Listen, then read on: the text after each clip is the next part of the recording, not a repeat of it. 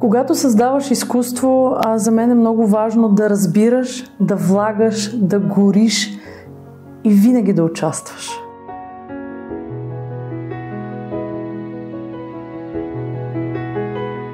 Аз съм Петя Данкова, живея и дишам музика. Имам щастието да бъда композитор и аранжор заедно с Александър Васев на песните в мюзикъла. Намираме се в Voice Academy. Тук се случва магията.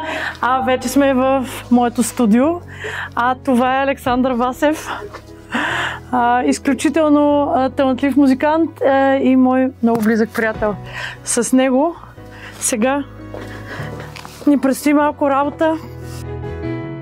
Това е един изключителен проект за мен, който ме прави много щастлива.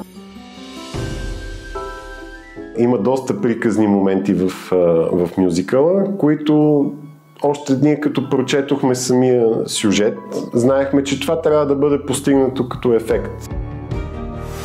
Използвали сме доста стилистики в различни жанрове, балади, имаме по-тежки парчета, буквално хеви метал дори на места, имаме някакви латин дори моменти, фънк, свинг и така нататък. Още доста неща, които вече ще чуете на премиерата.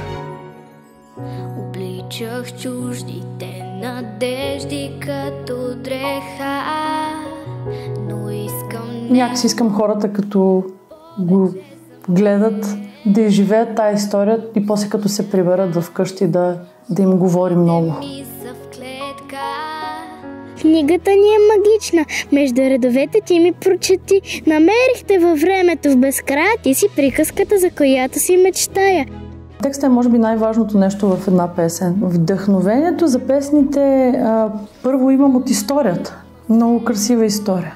История за опита, за прошката, за приятелството. Определено успях да сложа своя почерк, когато става въпрос за текста и успях да го пречупа през моята житейска философия. Сънувам всяка стъпка и чертая картина с много цветове. Ще оставя следа накрая, заедно ще намерим нови светове.